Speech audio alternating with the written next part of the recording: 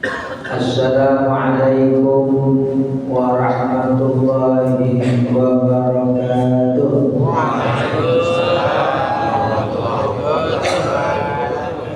Alhamdulillah, alhamdulillahil aliyyil azim. Allahumma shalli wa sallim ala sayyidina wa nabiyyina wa habibina Muhammadin al-mawsuf bil Qur'an bir-ra'ufir rahim wa ala alihi wa sahbihi al-faizina yawmal qiyamati bi dukhuli jannatin na'im. Amma ba'd. Yang saya hormati segenap orang tua, para tokoh, para sepuh di masjid Jami'ah Al-Muharram. Yang saya hormati orang tua kita Ustaz Haji Sufyan Tauri, ta'ala bi hayati, orang tua kita Bapak Al-Muqaddi, juga para tokoh sesepuh lainnya. Yang saya hormati Bapak Anjani selaku Ketua DKM Masjid Jami'ah Al-Muharram, segenap pengurus Masjid Jami'ah Al-Muharram, segenap jamaah bapak-bapak yang dimuliakan oleh Allah Subhanahu wa taala. Mudah-mudahan kita semua pada pagi hari ini senantiasa dilimpah curahkan sehat, nikmat rahmat keberkahan dari Allah Subhanahu wa taala. Mudah-mudahan sholat subuh kita yang baru saja kita laksanakan diterima sebagai amal soleh oleh Allah Subhanahu wa taala. Mari sama-sama kita berdoa keberkahan kita pada pagi hari ini dengan umum Quran surah Al-Fatihah. Ala hadhihi niyyah wa ala kulli niyyatin shalihah wa ila hadrati sayyidina Muhammadin Mustafa Rasulullah sallallahu alaihi wasallam. Al-Fatihah. A'udzu billahi minasy syaithanir rajim. Bismillahirrahmanirrahim. Alhamdulillahi rabbil alamin. Ar-Rahmanir Rahim. Maliki yaumiddin. Iyyaka na'budu wa iyyaka nasta'in. Ihdinas siratal mustaqim. Siratal ladzina an'amta 'alaihim ghairil maghdubi 'alaihim waladdallin. Yang dimuliakan oleh Allah Subhanahu wa taala, insyaallah pagi hari ini kita akan membahas terkait dari sekian banyak ilmu dalam Islam. Kita ingin membahas yang terkait dengan amaliyah kita sehari-hari, tentu yang bersifat umum. Namanya ilmu hadis. Ilmu hadis, ada Quran, ada hadis, ada sunnah Rasulullah SAW. Kita ingin sedikit punya wawasan, punya spektrum, ya, punya mindset, cara atau pola berpikir tentang apa? Tentang hadis Rasulullah SAW. Karena ini sebenarnya penting buat kita. Karena yang kita amalkan sehari-hari itu adalah penjelasan dari Al-Quran yang merupakan sunnah Rasulullah SAW. Jadi isi ayat yang kita amalkan. Kalau Quran sendiri sifatnya gabungan, sifatnya global, kandungan yang bersifat umum. Tapi pelaksanaan yang rinci yang kita amalkan sehari-hari itu adalah sunnah, itu adalah hadis Rasulullah SAW. Kita mau tidur baca doa, Bismillahirrahmanirrahim, ahya, Bismillahirrahmanirrahim. Hadis di Quran doa mau tidur di Quran nggak ada. Mau tidur kita baca doa lagi. Alhamdulillahilladzi ahyana ba'da ma amatana. Sudah yang hadis Allahumma barik lana fima razaqtana wa qina adzabannar hadis kan. Jadi banyak hal yang kita amalkan sehari-hari sebenarnya adalah sumbernya adalah hadis Nabi Muhammad sallallahu alaihi wasallam. Ambil mau kamar mandi hadis Allah banyak a'udzubika dan bumudzik wal khaba'ith. Sampai kita kalau mau udah nikah nih, mau bohong bagi kita, doanya Allah menjadikan syaitan itu adalah kita mengamalkan hadis Rasulullah SAW. Di Quran tidak ada doa mau bohong bagi kan. Tapi itu adalah penjelasan daripada Quran.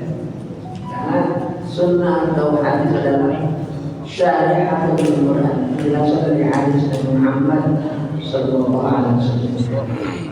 Jadi kita ingin sedikit membahas hadis sebagai ilmu, karena ini adalah kekayaan daripada Islam. Dan inilah yang membedakan antara kita dengan umat selain umat Islam. Karena kalau kita bicara Al-Quran, kan sering ada tindakan, ada mu'alaf yang sering mendebat namanya Don Bintang. Iya. Don Bintang. Sering bicara Al-Quran, bicara tentang Injil dan lain sebagainya. Pas kita lihat memang banyak kesamaan antara isi Quran dengan isi kitab-kitab lama. Zabur dan Injil. Meskipun sekarang sudah tidak bisa terlacak mana sebenarnya ayat-ayat yang masih murni yang ada dalam kitab Taurat, Zabur dan Injil.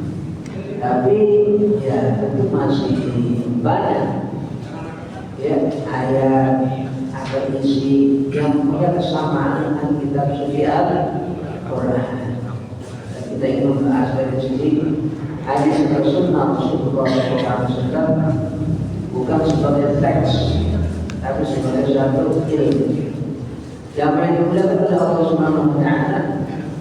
Para ulama yang ahli hadis memberikan definisi atau arti tentang sunnah, tentang hadis Rasulullah SAW. Hadis dan sunnah sebagai itu disampaikan adalah ma'udir an Nabi sallallahu alaihi wasallam min qawlin aw fi'lin aw taqririn aw wasfin. Artinya apa yang berasal dari Nabi Muhammad sallallahu alaihi wasallam berupa qawlin ucapan atau fi'lin perbuatan atau taqririn atau ketetapan atau wasfin atau kebiasaan. Itulah yang namanya sunnah. Jadi jangan bicara hadis, jangan bicara sunnah dari satu sisi. Dan itu yang kebanyakan disampaikan atau ditanyakan atau jadi pegangan orang. Gak nyunah itu. Maksudnya adalah apa? Yang diucapkan atau yang dilaksanakan dicontohkan oleh Rasulullah SAW. Nah, inilah pentingnya kita punya wawasan tentang sunnah atau tentang hadis. Mengingat orang sekarang kalau bicara ini salah, itu bid'ah, itu kagak benar, kemudian dia kaitkan dengan hadis, dia kaitkan dengan sunnah. Sebenarnya dia sedang ngomong cuma satu sisi daripada sunnah. Itu bagian. Maulid jangan dikit maulid. Kita dikit maulid. Orang yang tak mau maulid selalu bicaranya itu tidak sunnah. Artinya maksudnya adalah itu tidak dicontohkan oleh Rasulullah SAW. Jadi bicara sunnah cuma satu aspek, satu sisi. Nah ini yang bisa menjerumuskan orang kepada kesalahpahaman terhadap Islam. Karena salah paham terhadap sunnah terhadap hadis, sehingga salah paham terhadap Islam. Kan berbahaya, levelnya berbahaya. Ya, kemudian dia punya pemahaman apa aja yang tidak dicontohkan oleh Rasulullah SAW itu namanya bid'ah, itu namanya salah, itu namanya bertentangan. Ini kan sesuatu yang sangat keliru cara memahami Islam. Jadi aspeknya kesalahan orang memahami Islam itu kebanyakan atau mayoritas ada yang salah memahami apa? Sunnah dan hadis Rasulullah SAW. Padahal yang namanya sunnah tadi ada 4 aspek dari sunnah. Ada namanya apa? Min qaulin, ucapan, berarti apa? Sunnah qauliyah. 2, min fi'lin, perbuatan yang dicontohkan berarti sunnah fi'liyah. Yang ketiga ada namanya takrir, ketetapan. Ketetapan namanya apa? Sunnah takriyah. Nabi ngomong kada, Nabi nyontohin kada, tapi Nabi punya ketetapan. Ya, yang dilakukan oleh misalnya sahabat beliau, sahabat kita diterapkan. Apa itu? Nambah ada kalimatnya. Sholatul khairun minan naum. Itu kalimat as-sholatul khairun minan naum gak pernah disampaikan secara lisan oleh Rasulullah SAW. Gak pernah juga dicontohkan oleh Rasulullah SAW. Tapi ketika Bilal menambah atau berinisiatif menambah kalimat as-salatu khairum minan naum, Nabi dengar, kemudian Nabi iyakan, ya Nabi setujui, meskipun Nabi tidak pernah nyuruh, Nabi juga nggak pernah nyontoin, tapi Nabi biarkan dalam pengertian Nabi setuju. Itu juga namanya apa? Sunnah. Bagian sunnahnya namanya sunnah takriyah. Takrir, ketetapan Rasulullah SAW. Jadi takrir. Jadi kita tak boleh bicara sunnah seperti beberapa orang di antara kita selalu bicara ini salah, itu bid'ah, itu benar. Cuma satu sisi. Apa? Contoh Rasulullah SAW yang dilaksanakan oleh Rasulullah SAW. Pada sunnah itu ada beberapa aspek yang kita bahas. Qauliyah, kemudian tiga takriri. Masih ada satu lagi. Apa itu? Wasfiyah. Wasfiyah. Apa itu wasfiyah? Kebiasaan Rasulullah SAW. Kebiasaan Rasulullah SAW. Misalnya, ya, ada satu hadis dalam Sahih Bukhari tentang apa? Tentang berpakaian Rasulullah SAW. Sayyidah Aisyah meriwayatkan, ahabbul libas ila Rasulullah sallallahu alaihi wasallam al-qamis. Pakaian yang paling senang disenangi, dicintai oleh Rasulullah sallallahu alaihi wasallam adalah gamis. Pakaian yang paling dicintai oleh Rasulullah SAW adalah gamis. Tapi enggak pernah pakai jas kayak kita gitu, atau pakai sarung. Ini kan tradisi Indonesia. Atau pakai baju koko. Baju koko baju saya apa? Baju koko. Orang kan namanya salah. Baju koko itu baju Islami. Baju koko baju Islami. Enggak ada koko baju Islami. Namanya udah koko. Baju koko. Namanya udah koko. Itu namanya adaptasi budaya. tadinya koko ya pakai pakaian apa Shanghai, keras Shanghai. Itu pakaian yang dipakai oleh orang-orang Tionghoa kalau kelenteng. Ya, kemudian dia masuk Indonesia, ada namanya apa? Adaptasi budaya. Adaptasi budaya, karena ada beberapa orang Tionghoa yang masuk Islam. Akhirnya apa? Dimasukkan itu baju keras Shanghai yang menjadi baju yang biasa digunakan kalau masjid atau musola atau untuk ibadah hari raya itu yang ibadah, namanya baju koko. Padahal itu adalah adaptasi budaya. Ya. Nah, Rasulullah SAW punya kebiasaan kalau pakai pakaian senangnya pakai apa? Gamis. Gamis ini ya pernah dibahas, bahkan masuk media sosial. Ya, ada orang yang dia bicara Islam tapi bawa gamis, baik untuk menolak ataupun untuk menyetujui. Yang nolak ngomong begini, yang nolak ini ngomong kiai.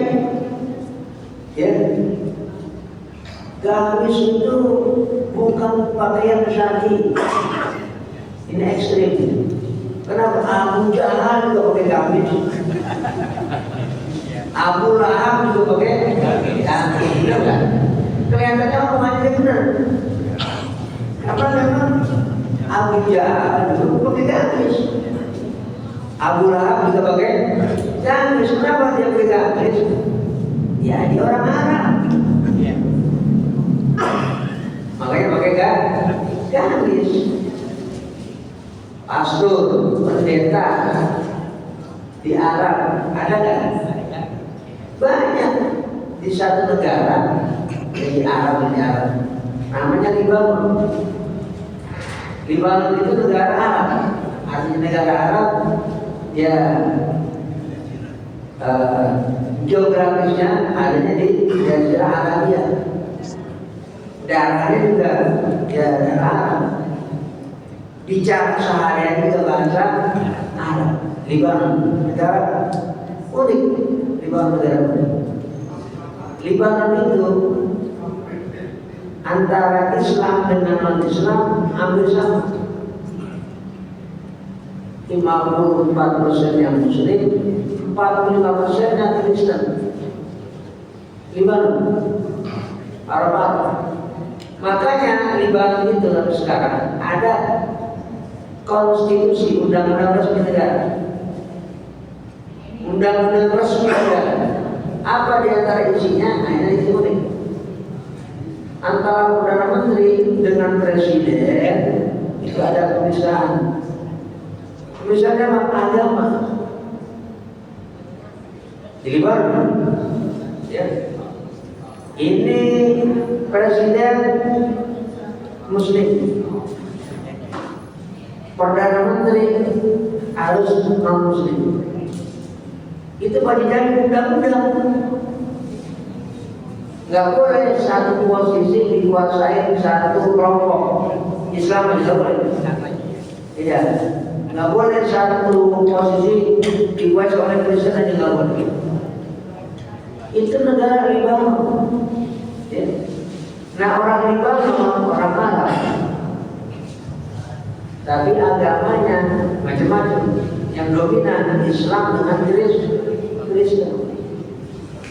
Orang Libanon yang Kristen kalau baca Injil, Alkitab pakai bahasa Arab.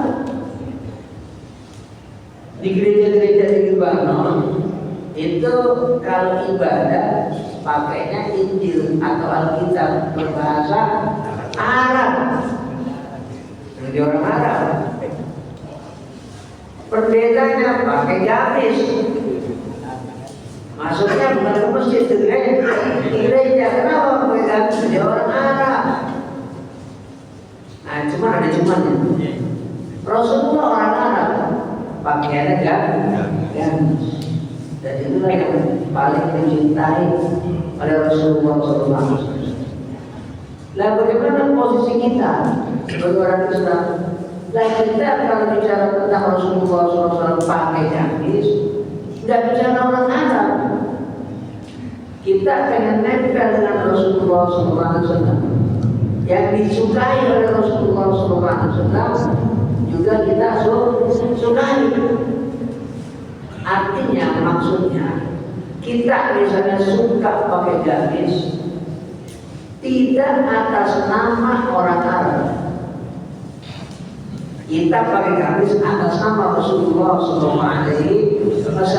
Seperti halnya kita pakai koko tidak atas nama etnis Cina. Kita pakai koko atas nama syariah, atas nama agama. Kenapa ini pakaian untuk Allah? Kalau kita mengukur sesuatu yang salah tadi berbahaya. Kita pakai koko, bicaranya kemudian orang Cina, mayoritas agamanya Tionghoa, terlenteng. Ya. Nah, tapi kita tidak kita bicara soal pakaian koko atas nama tadi, ya, latar belakang. Sama juga kita pakai gamis ini, ya, tidak atas nama orang Arab. Kita pakai gamis atas nama Nabi kita Nabi Muhammad Sallallahu Alaihi Wasallam. Nah, terkait dengan sunnah namanya wasfiyah, sunnah yang merupakan kebiasaan Rasulullah SAW. Kalau kita umat Islam, ya, ngikutin Rasulullah SAW dalam beragam atau dalam berbagai sisi, dalam berbagai aspek. Karena kita bicara ngikutin Nabi Muhammad, kita yakin dengan niat yang lurus diberikan rahmat, diberikan pahala oleh Allah Subhanahu wa taala. Kenapa pakai gamis? Kami itu Nabi, tidak apa-apa. Ya, kenapa pakai gamis? Ya, gue senang aja, tidak apa-apa. Kenapa pakai gamis? Ya, gue senang asik aja pakai gamis, nggak ada apa-apa. Tapi kita kenapa pakai gamis? Nah, ini kan kesukaan Nabi. Dapat pahala dari Allah Subhanahu wa taala. Jadi itu penting buat kita. Karena zaman ini dimuliakan oleh Allah Subhanahu wa taala ada hadis. Ada hadis riwayat Imam Bukhari dan hadis sahih. Nabi mengatakan niyatul mukmini khairun min amali.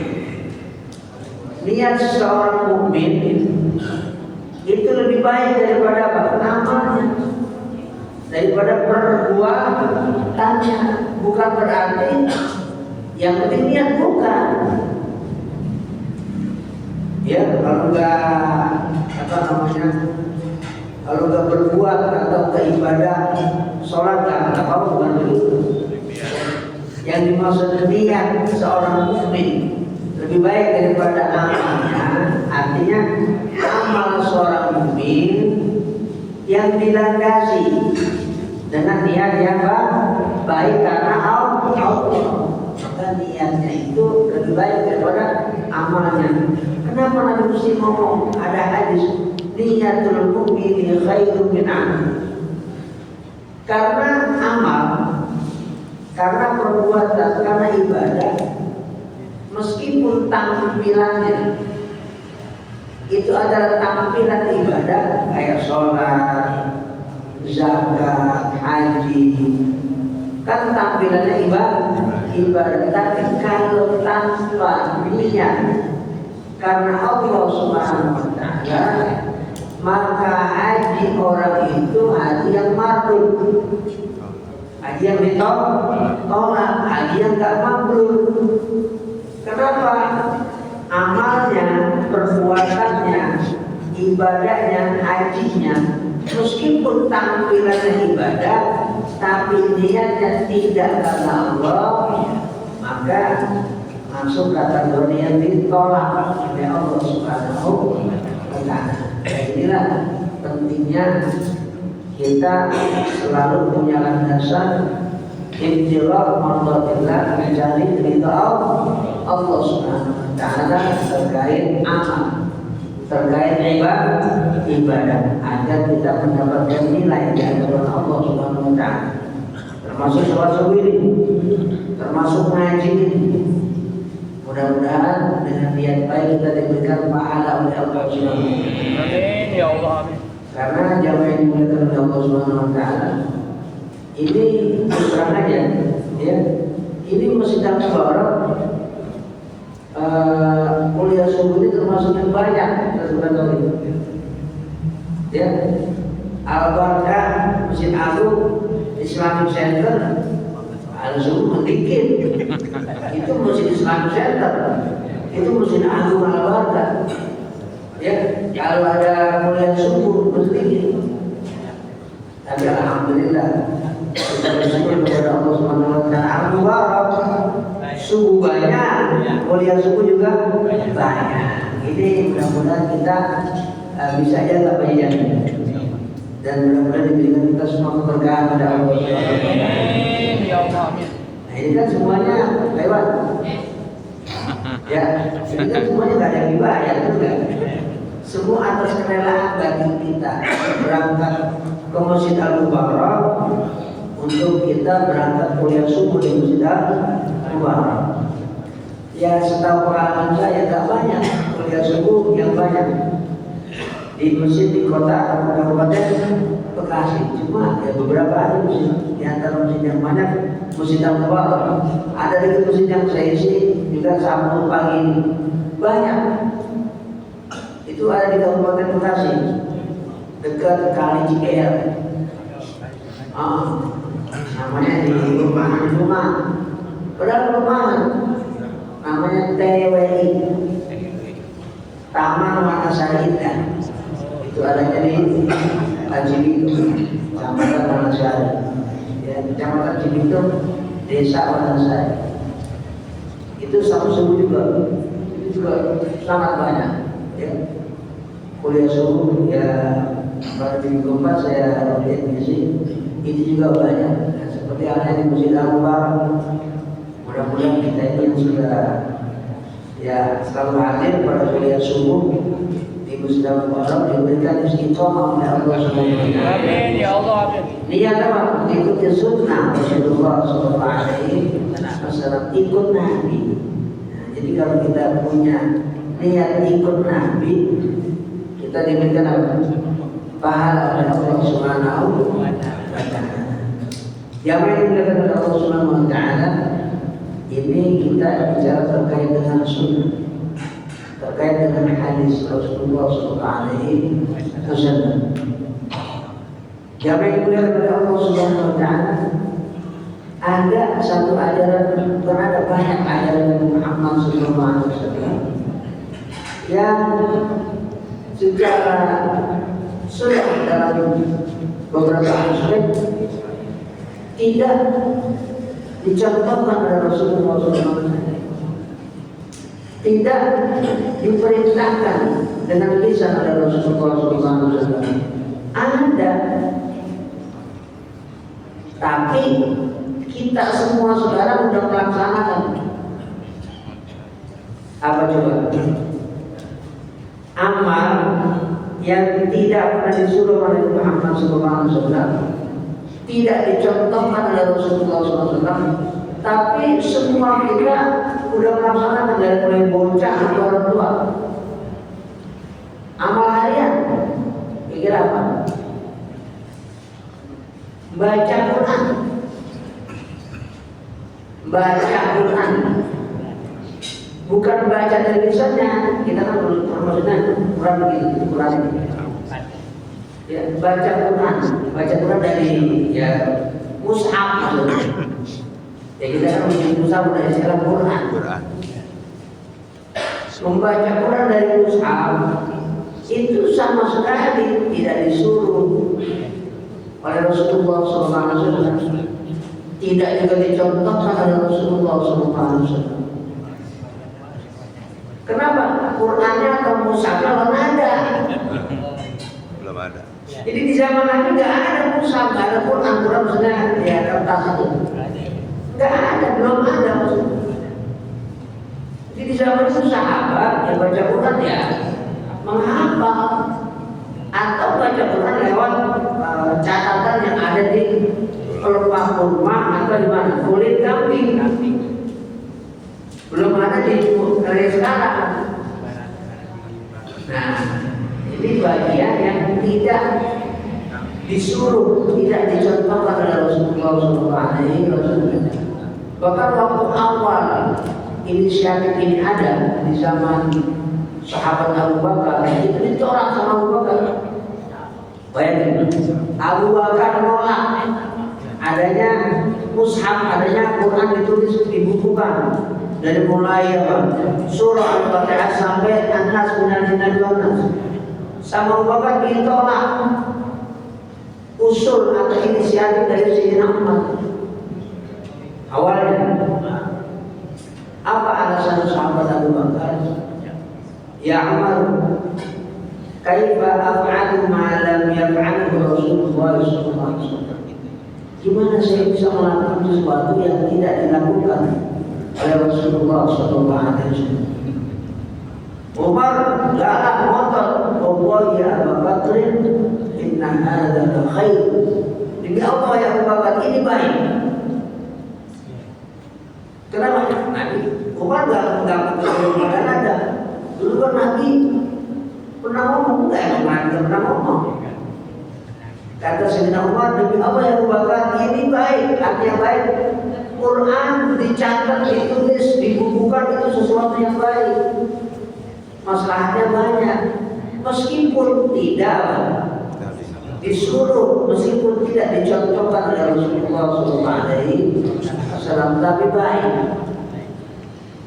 Artinya, maksudnya, kesimpulannya, tidak semua yang tidak disuruh oleh Rasulullah SAW, tidak semua yang tidak dicontohkan oleh Rasulullah SAW itu salah. Ya, maulid bersamanya tidak dicontohkan oleh Rasulullah SAW. Maulid dalam pengertian ya peringatan orang yang ada itu tidak dicontohkan oleh Nabi. Ya, maulidnya kayak kita, bentuk yang berbeda, kita ada acara sendiri, tidak sama sekali dicontohkan oleh Rasulullah SAW. Tapi ya maulid itu isinya apa? Dan bukan bukan. Maulid isinya silaturahim, orang berkumpul. Maulid isinya orang baca Quran. Maulid isinya orang baca kisah sejarah dari Muhammad SAW. Maulid isinya kita mendengarkan nasihat mauidhah hasanah. Nah, ini juga penting buat kita untuk muslim-muslim. Alhamdulillah kalau Ustaz Mubarak saya ikuti selalu menjaga, alhamdulillah ceramahnya baik. Ya, terutama di kampung kemarin dari Ustaz itu Abi Mati yang Muharram, alhamdulillah ya. Ilmunya apa, isinya berbobot, orangnya sopan, baik. Nah, sebelum ada juga masjid-masjid yang sembarangan. Ya, undang ceramah bukan ceramah, apa? Ya kadang-kadang ada joroknya, benar nggak? Nah ini yang merusak maulid. Akhirnya apa? Jadi dikatain orang toler, gua kata apa? Maulid masa begitu? Cara mengamati Rasulullah SAW lucu. Kalau lucu kita jangan undang ceramah, undang pelawak aja dah. Nonton topeng. Nonton topeng. Ya, kita ini maulid ingin apa? Ya, mendengarkan nasihat ceramah, ingin penceramahnya mengupas sejarah Nabi Muhammad SAW. Jadi jangan kita cari saya pengen hadir maulid kalau ceramahnya lucu, ya Allah. Ya jangan begitu. Ya, kita ingin menjaga apa? Kemurnian maulid Nabi Muhammad SAW. Jadi kita memperingati maulid, bicara Islamnya dari sisi apa? Intinya apa sih? Islam. Kalau cari dicontohkannya nggak ketemu. Nah karena ada orang bicara Islam, ya Kalau nggak dicontohkan syarat, akhirnya nanti ya berbahaya. Akhirnya bid'ah, akhirnya apa? Nggak junah dan segala macam. Ya.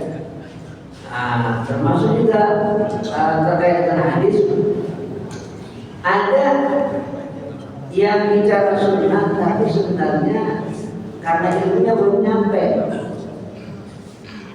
Di banyak masjid saya isi kuliah subuh sudah saya sampaikan. Biasanya masjid komplek ada lagi. Dan saya bilang saya tidak memaksakan orang tak kunut, tidak. Tapi saya bilang saya ingin menyampaikan wawasan sunnah tentang ibadah namanya kunut. Tapi saya ingin objektif. Jadi bicara soal kunut itu ada satu hadis di dalam Sahih Bukhari. Ini wawasan hadis, wawasan sunnah. Dalam kitab hadis yang paling sahih setelah Quran itu Sahih Bukhari, ada hadis ini di nomor 1001. Nomor 1001 dalam Sahih Bukhari. Tentang kunut. Ada juga dari sahabat Anas. Sahabat Anas ditanya, Anas bin Malik, hal qanata Nabi sallallahu alaihi wasallam fi subhi? Anas, kata sahabat Nabi, apakah Nabi Muhammad sallallahu alaihi wasallam kunut pada saat salat subuh? Itu ada hadis dalam Sahih Bukhari, itu wawasan hadis. Bukan maksud kita untuk mengkritik orang yang tak kunut, tapi ini setiap umat Islam harus tahu ya, harus punya wawasan sunnah, wawasan hadis. Apakah Nabi Muhammad SAW kunut pada saat subuh? Itu Sahih Bukhari. Yang ditanya sahabat Anas. Kata sahabat Anas, nah, iya Nabi kunut subuh. Iya Nabi kunut subuh. Ditanya lagi, wa Anas wa hal qanata ba'da ruku'i aw qabla ruku'? Apakah Nabi itu kunutnya setelah ruku atau sebelum ruku? Qala sahabat Anas menjawab ba'da ruku. Nabi kunut setelah ruku. Kenapa ada yang nanya seperti itu? Karena ada satu mazhab namanya mazhab Maliki. Mazhab Maliki itu dia memberikan satu penjelasan, kunut itu bukan kayak kita. Mazhab Syafi'i setelah ruku. Kunut itu sebelum ruku. Ada yang Malik. Kalau mazhab Maliki, kunut itu sebelum ruku. Ya, kalau kita setelah ruku. Kedua-duanya ini ada dalil. Tapi yang ada dalam Sahih Bukhari, ya tentang kunut subuh ditanya, Nabi kunut ke subuh? Iya, kunut subuh. Nanti bisa kita cek di Sahih Bukhari nomor 1001. nomor hadis 1001. Ya, edisi yang lengkap, bukan Sahih Bukhari edisi yang ringkasan. Kan ada banyak namanya mukhtasar Sahih Bukhari, ringkasan Sahih Bukhari. Tapi ini Sahih Bukhari dalam edisi yang lengkap. Ada matanya, ada sanadnya yang kita sering sampaikan di Islamic Center. Mestinya saya sudah kali ya ada kajian khusus kita Sahih Bukhari. Itu saya sudah sudah 20 tahun. Ya saya sudah kan belum tua-tua banget. Tapi saya ingat saya mengajar dari mulai muda, dari usia ya remaja naik kita. Saya sudah mengajar di Islamic Center 20 tahun yang lalu. Sudah mulai mengajar Sahih Bukhari sampai sekarang. Karena saya ingat saya mengajar Sahih Bukhari di Islamic Center itu tahun 2006. Bulan Desember. Iya. Mulai saya mengajar Sahih Bukhari sampai sekarang 2026. Nanti kan 20 tahun. Ya.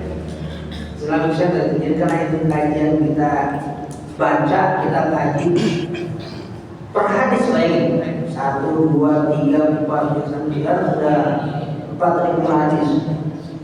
Belum selesai belum? Karena Sahih Sahih Bukhari itu ada 7.500 hadis. Iya. Dalam 20 tahun kita baru sampai 4.000 hadis. Hadis ke 4.000. Masih ada lagi perjalanan kita sampai 7.500 hadis. Mudah-mudahan diberikan kemudahan ya Allah. Amin ya Allah. Nah, salah satu hadis yang dicantumkan di dalam kitab itu Sahih Bukhari, hadis tentang kunut subuh. Ya, ada nggak? Nabi kunut nggak? Kata sahabat, iya Nabi kunut subuh. Kapan kunutnya? Setelah rukuk atau sebelum rukuk? Setelah rukuk. Nah, ini satu wawasan buat kita bahwasanya itu ada dalam sunnah Rasulullah SAW. Ada juga yang namanya sunnah, sunnatul mahjur, sunnah yang ditinggalkan oleh umat Islam atau dianggap salah paham tentang apa? Kalau di sini mubarok, ya memang kalau di sholat tadi dikir Sufyan Tsauri dikir yang jangan dikir pakai suara. Tapi saya lihat beberapa masjid di kota Bekasi nggak mau jalan dikir. Ya dianggap bid'ah sana. Nah, ini bisa sampaikan termasuk kesalahpahaman memahami sunnah Rasulullah SAW. Dan dalam Sahih Bukhari sudah kita buka juga dan sudah lewat hadis. Jadi di dalam Sahih Bukhari itu ada hadis riwayat sahabat namanya Abdullah bin Abbas radhiyallahu anhu. Sahabat namanya Ibnu Abbas. Ibnu Abbas meriwayatkan dalam Sahih Bukhari, "Inna raf'as sawti bil-dzikri hina yansarifuna min al-maktubati kana 'ala 'ahdi Nabi sallallahu alaihi wasallam." Beliau meriwayatkan inna raf'as sawti, sesungguhnya mengeraskan suara bil-dzikri dengan zikir hina yansarifuna min al-maktubati, ketika selesai melaksanakan sholat maktubah, sholat yang wajib, sholat lima waktu, kana ala ahdi Nabi sallallahu alaihi wasallam, itu ada di zaman Nabi Muhammad sallallahu alaihi wasallam. Nah, ini masuk sunnah yang ditinggalkan, padahal ini bagian daripada sunnah Rasulullah sallallahu alaihi wasallam. Untuk lebih memberikan satu hal yang gamblang, ada seorang pakar hadis besar pada kita kalau ngaji Sahih Bukhari di Islamic Center, mesinnya Ustaz Sufyan Tsauri, kita pakai syarat. Syarat itu kitab yang menjelaskan hadis Sahih Bukhari, namanya Fathul Bari. Dalam Fathul Bari dijelaskan riwayat fihi, kata Ibnu Hajar al-Asqalani, jawazul jahri bil-dzikr. Ini hadis ya memberikan dalil petunjuk penjelasan jawazul jahri bil-dzikr, kebolehan jahar bersuara ketika berzikir. Yang menarik, apa yang dikatakan Allah Subhanahu wa taala, kita Fathul Bari itu ada footnote-nya, ada catatan kakinya. Catatan kaki kita Fathul Bari yang mensyarah Sahih Bukhari itu ditulis oleh ulama, yang ulama ini sering dijadikan rujukan untuk membid'ahkan orang. Namanya Syekh Abdul Aziz bin Abdullah bin Baz, biasa disebut dengan bin Baz. Itu kita bisa bacakan di Islamic Center. Ya. Itu kitab itu ada fotonya, ada catatan kakinya. Kata Syekh bin Baz, "Lau qala 'ala syar'iyyatil jahri bil-dzikri lakana ashah." Kata Syekh bin Baz, kalau Ibnu Hajar ya ucapinnya bukan jawaz, bukan boleh, ucapinnya bahwasanya jahar zikir itu adalah masyru' disyariatkan, karena ashah, ini pasti lebih sahih lagi, lebih benar lagi. Kalau Ibnu Hajar ngomong cuma boleh, Bin Baz ngomongnya apa? Ini disyariatkan. Nah kalau di sini anak buahnya dibid'ahkan. Kembali padahal selalu mengutip dan menjadikan Syekh bin Baz sebagai rujukan. Ada lagi masalah sunnah itu dianggap salah. Ini masih terkait dengan fatwa bin Baz. Salaman habis sholat. Ya sebagian orang termasuk di Bekasi menganggap salaman habis sholat itu adalah bid'ah. Salah. Bin Baz jadi yang saya omong ini bisa di cross check di fatwa bin Baz atau di hadis-hadis riwayat Imam Bukhari. Bin Baz berfatwa ya salaman habis sholat bagian daripada sunnah Rasulullah SAW.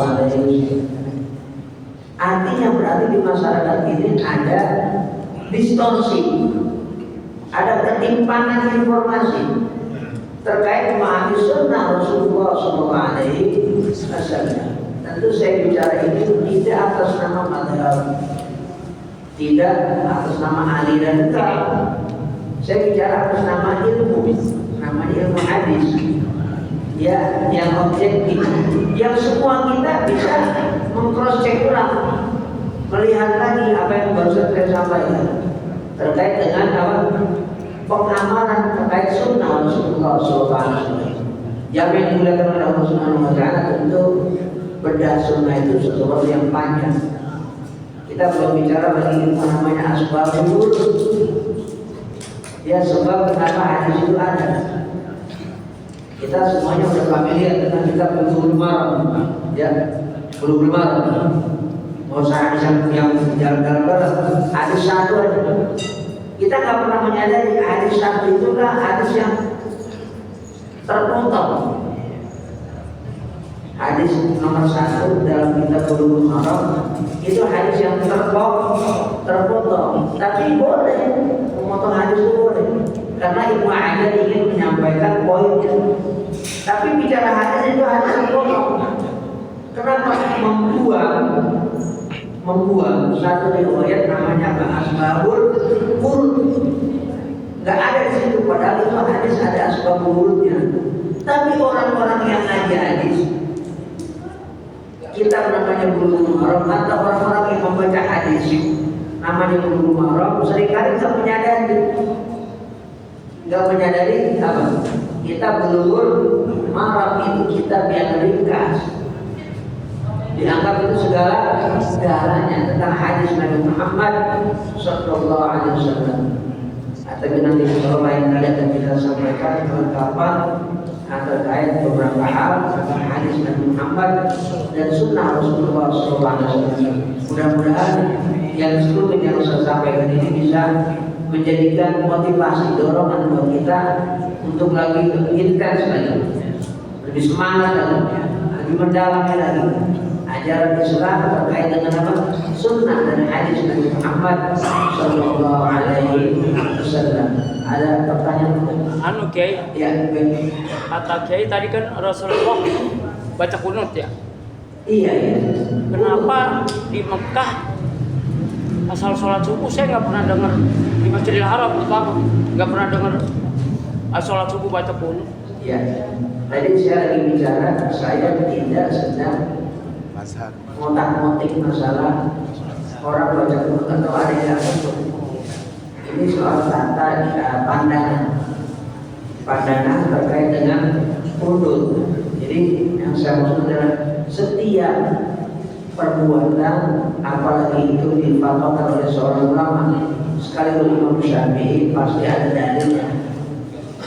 Jadi saya sedang tidak bicara soal mengkritik orang-orang yang muda.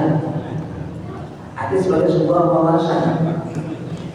wawasan hadis, wawasan sunnah agar ilmuwan, agar jangan sampai kita kemudian gampang nyalain orang. Wah, kunut itu salah, gitu maksudnya.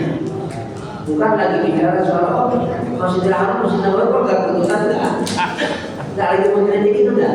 Ini memberikan suatu wawasan tentang sunnah, tentang hadis Rasulullah SAW. Adapun ulama dia tidak ini tidak itu, mereka punya pandangan sendiri. Nanti insya Allah dalam pengajian kita yang ini kan sudah pernah lagi terkait dengan hadis yang sahih, tapi tidak diamalkan oleh ulama. Nah itu nanti ada pandangan ulama tentang itu, ada ilmunya lagi. Namanya usul fikih. Namanya apa? Usul fikih. Ya, jadi beberapa ulama termasuk mazhab mengamalkan ini dan tidak mengamalkan ini. Itu punya pandangan sendiri. Ada juga yang menurut kita itu ada kita. Kalau bicara misalnya anjing, ada mazhab Maliki dan juga mazhab Hanafi yang begini itu apa? Lalu masa bicara soal anjing. Kalau kita ada ustaz kiai kira-kira kalau bicara anjing gimana? Heboh nggak? Heboh. Iya. Nah, nanti kita akan sampaikan terkait beberapa pandangan ulama terkait beberapa hal, ya, agar kita dari punya pandangan yang luas tentang syariat, terutama yang terkait dengan hadis dan sunnah Rasulullah SAW. Al-Fatihah. Bismillahirrahmanirrahim. Alhamdulillahirabbil alamin. Arrahmanir rahim. Maliki yaumiddin. Iyyaka na'budu wa iyyaka nasta'in. Ihdinas siratal mustaqim. Shiratal ladzina an'amta 'alaihim ghairil maghdubi 'alaihim waladdallin. Bismillahirrahmanirrahim. Bismillahirrahmanirrahim. Lakal hamdu ya ma'bud. Allahumma shalli wa sallim ala sayyidina Muhammadin wa ala alihi. Allahumma ighfir lana wa li walidina wa li masyayikhina wa li jami'il muslimina wal muslimat wal mu'minina wal mu'minat al-ahya'i minhum wal amwat. Allahumma aslih dhata bainina. Allahumma alif baina qulubina.